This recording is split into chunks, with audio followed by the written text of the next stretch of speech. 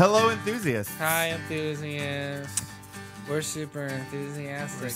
Oh, you know what? Oh my goodness, I'm so enthusiastic. I gotta turn the AC off. No. White noise. Audience, we're going to have white noise in this podcast. It's hot today. And it's only to keep us cool. But we're always cool, Kenny. Only with AC.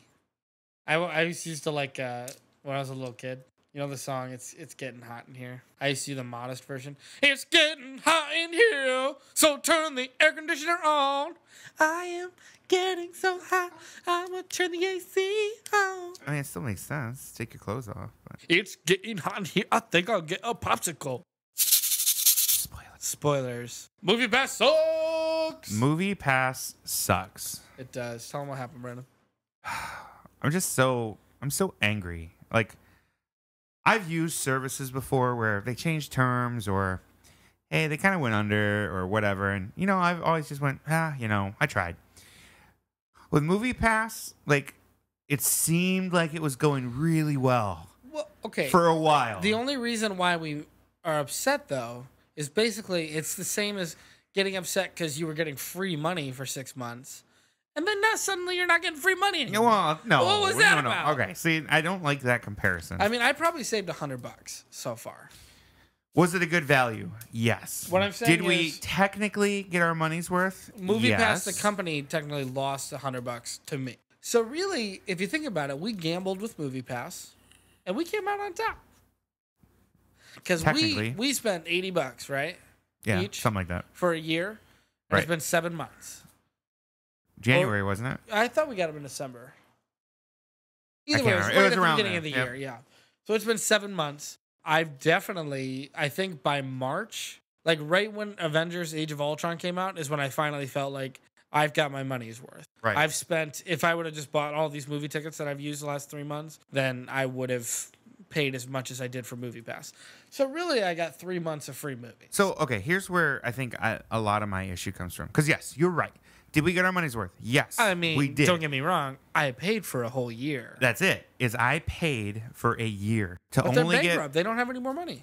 Well, yeah, they don't have any more money to part. get movie tickets. They not only don't have more money, they had to borrow $5 million. Was it 6.3 on third? Oh, they went up. They said 5 at first. Well, I haven't won. Thursday, anyone that went to the movies to use MoviePass Thursday, their card just simply wouldn't work. Like MoviePass just shut down because they ran out of money to pay for movie tickets. But you got to say, they didn't say that. It said service unavailable, which is more or less kind of a lie. But. Well, IGN pretty much said that they ran out of money. And then they had to take a loan, $6.3 million loan, just to keep the service afloat long enough to figure things out. I'm a little disappointed. I feel really bad for anybody that got MoviePass like this month. Yeah. That would stink to be them. Can you imagine the kid that signed up that day? Dang it, this always happens. MoviePass just came out on top on that little guy. We talked about how we thought it would be a good idea to do maybe a credit system rather than what they were doing. It was dumb for them to lead with unlimited. That was dumb. It sounds cool. I mean, we were really upset when they changed it for Age of Ultron. Well, since we last talked about anything related to this, they've changed a lot. They have the peak pricing. They have, well, now they don't have anything. So they had peak pricing, taking pictures of your tickets, your stubs. Which I never had to do. Brandon had to do. Hunter did. Thane did. Sarah did. Dustin did. Who didn't? Sarah didn't. Oh, yeah. And he didn't know if it was iPhone or iOS or whatever. No. For whatever reason, the whole take picture of your ticket thing did not go out to every customer. Right. Which is I didn't so have to dumb. take a picture. And you know what? I want to hear from MoviePass, honestly, because they said it's an effort to reduce potential fraud. Yeah. I want to know how people were... The way the system works, you have to prove that you, the person that owns MoviePass, is at the theater anyways. Right. By doing a GPS location check-in from your phone. So in order to let my brother, for example, to use my MoviePass card to get a free movie, I would have to give him my card, and I would have to give him my phone for him to take to the movie with him. Or the account. Technically, but it does verify it through your phone. Basically, they make it hard already to do that. So adding the ticket thing doesn't do a lot. I don't know if you tried. You can't have more than one phone active. Once you switch to another device, you can't switch back for another month. They've done that since the beginning. Oh, I didn't realize that. Yeah. So they have hard stuff in place to where if you are going to give your card to somebody to use, it's difficult to do. Now, I don't know how you would pull this off, but I did think of one way you could kind of fraud them, and that's you go to the theater, you pay for your ticket, like you actually pay for it, and then you buy something that's as expensive as possible, like concessions.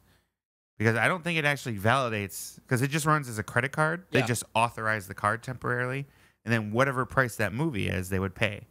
So I wonder if the way you could fraud them is to run the charge. Say you bought $15 in concessions. It's just a really expensive movie ticket, quote unquote, and you ran your MoviePass card instead. Because it just allows the purchase. Right. So you spend $9 on a ticket, but you run 15. They got to be able to see something itemized in their system, like in the moment, like a computer is telling. I think it would just come across as a charge, because it's just running as a credit card for the theater. I have never heard of anybody trying what you're describing. I don't know. I'm just trying to think of how you could fraud it. Well, either way, the point is that they have a lot of ways to keep themselves without, not being frauded. Right. The problem that I believe they had a lot of deals when MoviePass first became big. We capitalized on one. It used to be to buy the whole year is $100. We got it through this thing through our buddy at Costco for like $80 for the year.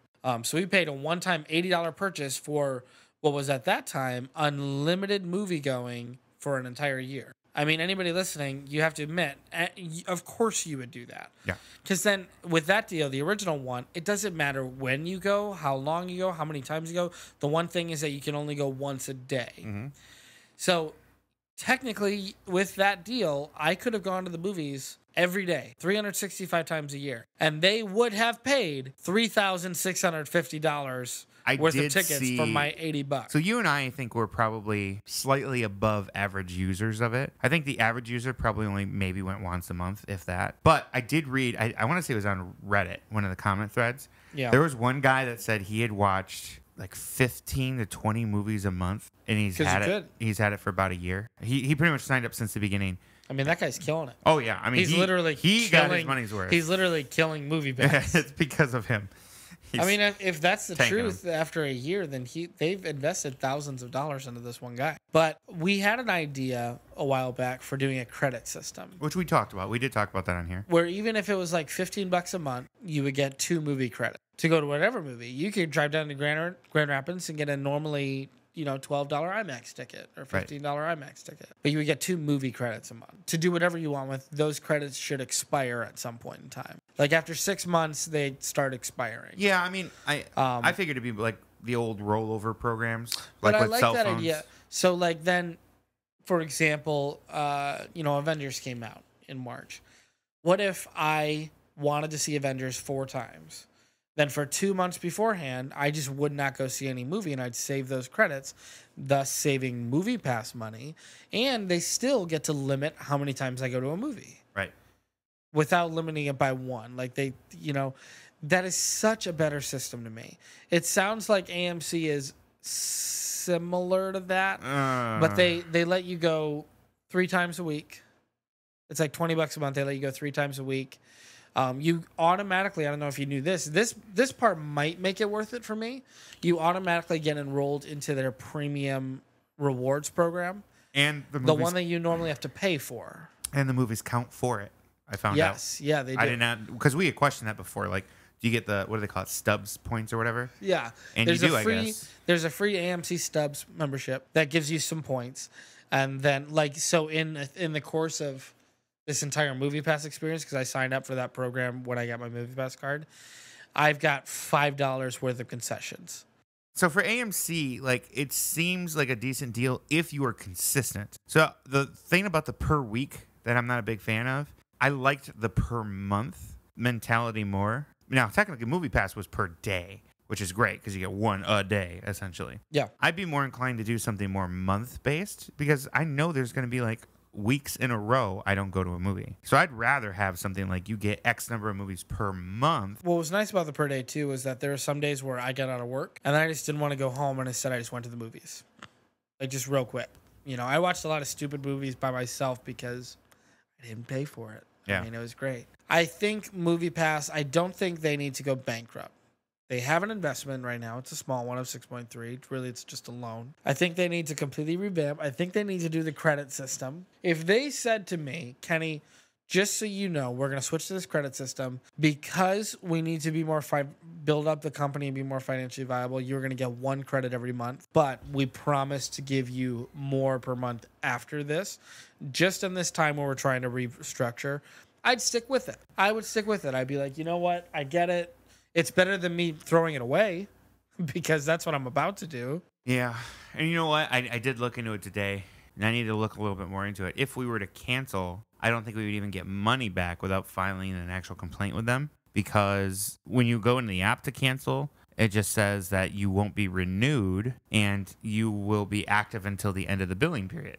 Well, we bought a year, so the end of our billing period is technically at that year lapse. We wouldn't get it, you wouldn't get like a partial refund fund or anything like that. I don't expect to, and I probably wouldn't. I would try after all the junk that they did before, because I was really upset, if you remember. Remember we sent formal complaints to them? Yeah. Thane made a good point that, you know what, I've already saved money with it. If it goes under, it goes under. I'm going to keep it because it still works. They also did a thing where it doesn't work on some movies now. For example, the new Mission Impossible came out, Fallout, and that's actually what started the issue on Thursday. Was release of Mission Impossible Fallout, and it was I didn't even think of that. It was all those people at the same time trying to go see that movie. That's been being advertised since we got our MoviePass. Like, I remember seeing that trailer. It's the same for I've seen the trailer every movie. It's the same for like the new Fantastic Beast or whatever it is. Yeah. Remember we saw that trailer in January, and then it gave the date December on it. And my thought was right after I saw that trailer, I'm like, oh, cool trailer. But I'm going to watch this trailer every time I go to the movies for the whole year. And we did. Yep. Still do. If they're going to survive as a company, we're going to know within the next couple weeks. They should just call it Bad Movie Pass, because all the movies you can watch. Yeah, Movie Gas. All the movies you can watch right now are all the meh. Not that great. Or movie sass. It makes you wonder if AMC's been planning this for a while and MoviePass kind of forced their hand. AMC's been planning what? To do something like this. Oh, like their thing? Yeah.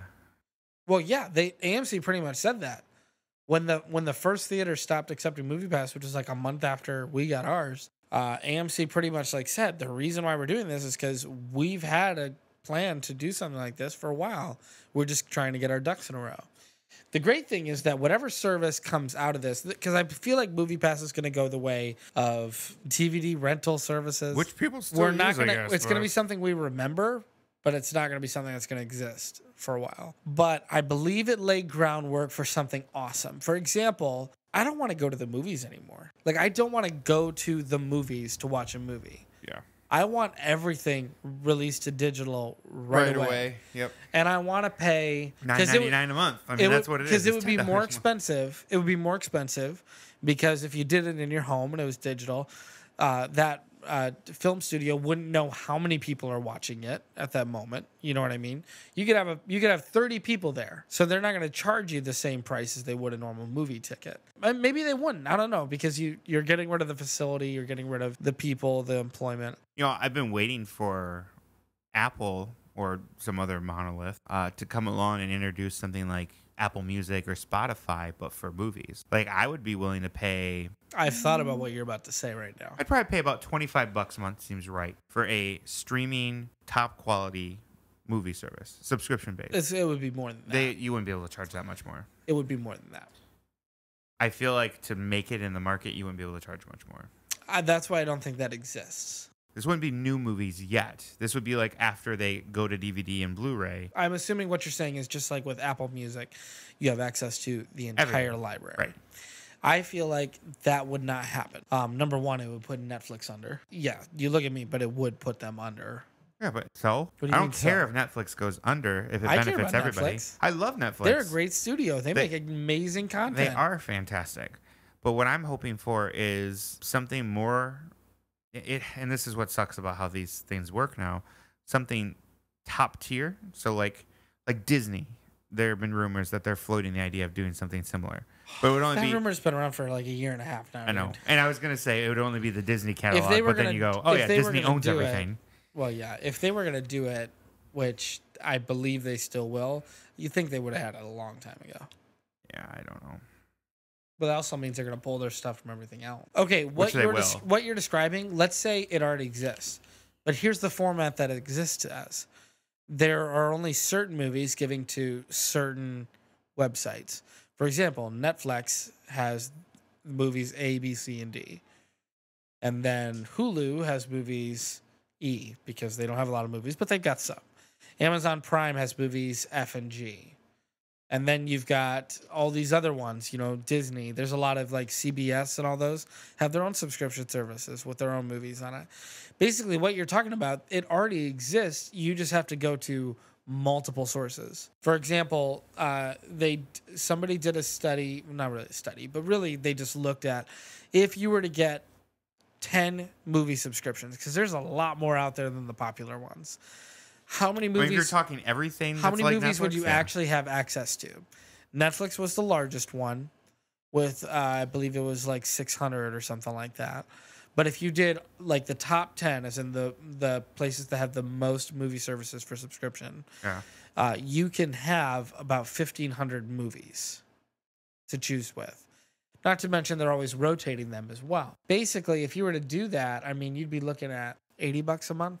Either way, I feel like if Apple were to open the door to their TV shows and their movies, or just their movies, it would be more expensive than $25. There's going to be 2 companies today that can do that, or 3. I guess 3. We could say 3, but it's already been proven the third one can't. Netflix could do it. Netflix has tried, and they keep getting blocked by licensing. Well, yeah, of course. So there's 2 companies that viably could, and that's going to be either Apple or it's going to be Disney. Only those 2 companies have the resources and negotiation capability to be able to pull that off. Because I get it. Netflix has a big catalog, right? Hulu has a catalog. Prime has a catalog. The issue is that me, as a consumer, I want something closer to that Spotify or Apple Music thing. And I'm an Apple Music user for the most part. I use Spotify too, but Apple Music's my go-to. And Google Play, because you get YouTube Red for free. Well, I have it. I don't use it. I would say that the number one benefit that I like about those specific services is that I get to build a library. And this is something the movie services don't really let you do. And I love that, like in iTunes, anything from that subscription service that I, quote unquote, add to my library, it feels like mine, right? Yeah. Because it adds it into my own little collection, and I can build a library off of all that. Yeah. So that way the stuff I like and I watch and I use is all in one nice little area for me to work with. Netflix, even, they have a great library and they do all the intelligent, you would like this movie kind of stuff. They actually, in my opinion, they're one of the best. They are good at it. At that. Because everything it's suggested to me, like ever. But I can't build a library. I mean, yeah, you get your list, but that's more of a queue. Like, I want to watch these at some point. It's not I'm going to build up a library and I have all of these. There's one major reason that it can't be, and that's because of the cycled licensing. Yeah. Like, I went to go watch How I Met Your Mother. It's not on Netflix anymore. I know. I told you that. I bought it all from Apple just because I knew it was going to be off there. So see, look, can you imagine if iTunes had that service? Well, because that's basically what I do is I'll watch it on Netflix and everything, and if it's a TV show that I want that's not on there, I'll just go buy the season. What you're describing, if it was gonna be done for movies, they would do movies and TV show is what Apple would do. Yeah, it'd be both. They would do what MoviePass does, and they would limit you. Or it'd be 2 tiers, like add-on options. I feel like an unlimited tier, honestly, Brandon, would be like $80 a month. There's so much stuff on there. Picture getting rid of your $100 a month cable service because Apple just came out with watch what you want when you want it. Yeah. Like, and it's not like here's a cycle of things. It's literally everything we have to offer. I'll tell you the only way I'd be willing to pay that much. There's only one way I'd have to get rid of everything. I'd have to get rid of Netflix, which I'd be fine with because I got all that. If it had the whole iTunes library, yeah. Like I would literally get rid of every last subscription, and I would pay. I'm assuming at that $80 price point, they would also include Apple Music and all that with it too. Basically, the entire I would hope so digital content iTunes library, all of their stuff would be available to you. Would I pay that? Yeah, I would. it To still watch seems like a whatever I lot. want, to listen to whatever I want, whenever I want. Yeah. It still seems like a lot, but I guess if all of that was there, especially if it included Apple Music too, because By that the way, saved me like we're 15 talking bucks. unlimited. Like I'm assuming because that's a premium price. I cannot see. I really cannot see a proper subscription service, no matter what it is, ever being over $100. Nobody would pay over $100 a month for digital only As content. soon as you roll over to the 3, Unless it was something specialized that you had to use for an office setting or something like that. No one is going that's to do different. that. That's corporate. For, but yeah. for entertainment value, no one's going to pay more than that. Well, okay, so I feel like that would be a family package too, where you can add, like what they do with their music, you can add up to 3 other Apple devices or Apple iCloud accounts, you know? yeah, take note, Google. This Google, what is it, YouTube Premium now? Not having multiple accounts? What are you talking about? Stupid. YouTube, it's I mean, premium, it's right? always me. I'm single, so.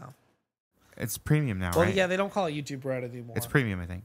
Anyway, I pay, what is it, $10, right? Ish a month. And it's only my profile. I can't create other profiles. Mm. And it's like, I want, like Seth has his own YouTube account because I don't want all of the crap that he watches in my suggestion stream. So, like, I can't expose, like, the ad-free experience to him without paying another $10 a month. Yeah. Or me having to deal with all his stuff in my feed. I set my grandparents up with Hulu TV. Yeah, I consider that because we had Sling for a little while. We're pretty much Netflix only for the most part, with a little bit of Prime. They're $40 a month. They have more channels. They give you a lot more. It comes with Hulu, the normal Hulu, unlimited cloud DVR. All the channels that it had, honestly, were stuff that worked really well. Their user interface was very different. I liked it, but most of like Sling or something like that, their user interface is very similar to a traditional cable Sling interface, was basically a cable box experience. with a couple extra things added. Minimal, but it's basically like cable Netflix box. style things. Hulu TV is pretty much just Hulu, and then it's got, you could search for different channels and you can watch live. It highly recommended like recording things. Basically, you can watch it like live cable if you want. What is that? But they kind of encourage you to just record everything. It's what, 40 a month? 40 a month. 44 with no ads for the plus $4 if you don't want ads for the normal Hulu service. Sling was 25 Well, it depends on what tier. for a they very had basic one. package. You could get one, I think, under 20 because there's Sling Blue, Sling Orange. You could do blue They and just orange. do Sling Blue and Sling Orange now. Do they? Oh, okay. I had Sling Orange, I think. Yeah, and then so that's $25 is Sling Blue or Sling Orange. You pick, and then you can get both of them for $40. And then it's got those additional $5 packages. Right. That I really did see any need for. You know. So to take this back to the whole MoviePass discussion, I think what's interesting these days is because, as someone that's in software, when the whole idea of subscription services came along, people got really upset about it. So, for example, like there's a lot of software I use these days that is subscription based now. So the biggest example that non-technical people might recognize is Adobe's products. So it used to be that you would have to buy their Creative Suite or each app individually, and you'd have to drop about $2,500. Yeah. And then they had like an 18-month release. They had an 18-month release cycle, so that every 18 months, if you wanted to stay up to date, you'd have to drop another like $2,500. So it's really expensive. But you would get people that wouldn't update for like a version. They'd skip a version or so. So they could kind of manage their costs. Nowadays, it's really hard to get the just buy it outright pricing. I don't even know if they offer it at all anymore. But it's basically $50 a month when I for one started seat. I didn't see it, and I started it 2 months ago, 3 months ago. And then they got nice little bundles. Like you can basically rent an app for a month. They got the photographer bundle, which is Lightroom and Photoshop.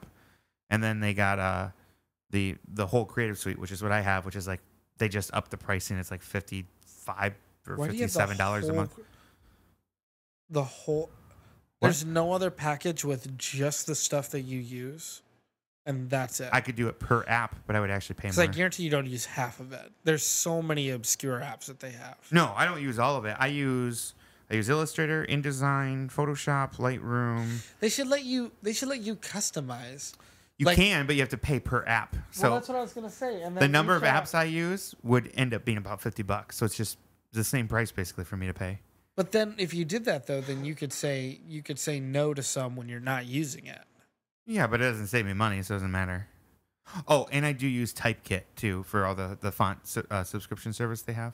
I don't really use any of their extra features. They get 2 gigs of cloud storage or whatever. I don't use any of that. But anyway, my point of bringing that up is that subscription services now have been really mainstream for about a couple years. They were introduced probably about 5 years ago, mostly with software first. And then Netflix from the consumer side really started pushing it. Then you got Spotify and like Apple Music that came out. And there's a cartoon I just, one of those nerdy cartoons I just saw like probably a month or so ago. And they're talking about, another $10 subscription service to add. Because that's kind of the sweet spot is $9.99 a month. Yeah. You look at Dropbox. You look at like I use a thing called SetApp, which has a bunch of Mac apps. The photographer bundle is $9.99 a month or whatever. It's the sweet spot for low cost, decent value like software and stuff. Technically, Netflix kind of fits into that. Although I have the upgraded streaming pack. Yeah, me too. Only So because we that's just kind of got the a sweet 4K spot. TV. And all that. Right. And actually, Apple Music is about that, but I pay the family plan. I love the world of subscription services. Right. I am one of those people that I'm a big fan of it. I feel like you get a lot more for your price. You do. For example, take Netflix, okay? Let's say it was still the family video days. What was it, like $5 for a new movie that just came out Yeah, for it was 2 nights? confusing because like right? the different tiers, it was like about $5 for a new movie. Kids movies were free. I don't even know if you got 2 nights. Most of the movies that I wanted to watch were either $1 or $1.99. Oh, the kid movies. Yeah. Okay. I remember So that. if I went there about once a week, in that week I'd probably walk out at a minimum paying $5. Right. At a minimum. I guarantee I used to spend $20 a month. Yeah. Whereas now I have Netflix. $10 a month. So that's kind of my point is that we as consumers have become more okay with the idea of subscription services. Because you get more for less. It- You do get more. No. You do. If you do the math based on how we used to do stuff, you do get a lot more for less. And the reason is... I have access to my favorite TV shows that I just keep on in the background. I don't even pay attention to it. Yeah. If I I do if that I too. rented those TV shows from Family Video, then I'd be sitting down. I'd be taking my time with Well, it. But I because just you don't paid for them directly. because you paid for and you're on a time limit. Right. You know. And that's kind of... That's actually funny. I'll leave Netflix up and just play through a season of something. Yeah. Just as background noise, I guess. But... I'm at the point I have unlimited data on my phone now, so I'm at the point where I'm in the car. I just play TV shows on my phone, but just So when the listen to towers audio. are suffering, you're one of the reasons. People just playing their unlimited You know, videos. everybody keeps talking about this. I've never had an issue. In My Ludington, dad's it's a not that truck bad. driver around the country, and he uses $150 a month, something like that. Never once has he ever had an issue. I've experienced it. I have experienced it here, but you said this because the tower went out. And then I have in metro areas. I've definitely experienced the Towers squeeze. going out in our area right now are because of upgrades, and basically there's this one tower in Silver Lake that they keep trying to work on. Anyway, so back to the I whole, love the subscription service world. Yeah, the subscription stuff is good, and honestly, it's a win-win for almost everybody because we as consumers get better value. Yeah. The businesses themselves, the major benefit they get there is it starts to become less of a variable cost, or rather it'd be a variable income, variable cost for us, and it's more consistent. Like they can plan, like, hey, we have this many subscribers, they pay X this much a month, and that's what we bring in. That's our revenue. The reason that it works so well is it's easier to maintain a business that way too. right because you can really forecast. Well, yeah, because your profit is dedicated. You Right. don't constantly have to be going out and getting customers to buy stuff. Your customers are there every month. Right, exactly. You have a dedicated income. And the way it works, Then I you mean, just if have to wanna- get new subscribers is the goal then. Yeah. You have to kind of think of it like an insurance pool because it works almost exactly like insurance does. So the very high level, the way insurance works is basically you pay in money per month. that goes into this large pool of money. And as you need the insurance, you pull out of that pool. Yeah. So whether it's car, health, or whatever. So let's say car insurance. You're paying $150 a month, full coverage. You're putting that money into a pool. Thousands of other people are. You get into an accident, you pay your deductible, and then you pull that money out of the pool. And then basically the people that never really use their insurance, they paid for you to get that fixed on your car. The same idea with subscription services is everyone's putting $10 a month in or whatever amount. Some people use it a little. Some people stream it in the background all day long. And the people that don't use it very much are essentially paying for you to use it a lot. I think that's why MoviePass got it wrong, is because they're not the ones with the content, so they can't really regulate usage very well. They can't plan usage very well. They don't have control of the content. They're paying for the tickets as at a discount. I give them $10 a month. I go to the movies 3 times that month. I am a customer that has in the end cost them $8 for that month. Right. No other subscription service works like that. It makes no sense to do it that way. Right. It makes so much more sense to do it the way we talked about, to give you a certain amount of movie credits each month. Because that would help them with cost. And that goes back to a comment I made at the very beginning. The fact they started with unlimited was so dumb. It's $10 a month, okay? 10 movies for $10 a month would still be cheaper for people that use it every day, for them. And, if you did it credit-based, cool. Otherwise, you can only see a max of 10 a month. That means they have a cap. They should have just started with something like that. And 10 is kind of outrageous. Honestly, I would expect to see 5 a month. I was going to say, honestly, 2 credits a month. 2 movies a month as a credit. And then they carry over the next month. Yeah, because on average, that saves you about 50%. I mean, honestly, to me, that makes sense. It's the same for Netflix. They technically still limit you. They limit how many devices can watch at the same time. Right, which way you have to have a limit, but that limit has to be perceived to be in the consumer's benefit. Right. Not on the business benefit. Yep. Because we're seeing all these changes happening, all these benefits we see happening to MoviePass. I see my benefits going down, MoviePass benefits going up. That's all I see. Where when Netflix says to me, you know what, we're going to give you a lot more content, but we have to charge you $2 more a month. Which MoviePass can't do because they don't own the content. So they have nothing to negotiate with. Correct. So that was a really good summary. I think that's really good. MoviePass, you suck. Make things better. And all right. Thanks, bye, everybody. Bye. That was a podcast you chose to listen to. Do you think you make good choices? Whether you do, you heard Brandon and Candy talk about things that are cool. We're feeling enthusiastic that you can be average too. So dumb. So dumb, Brandon.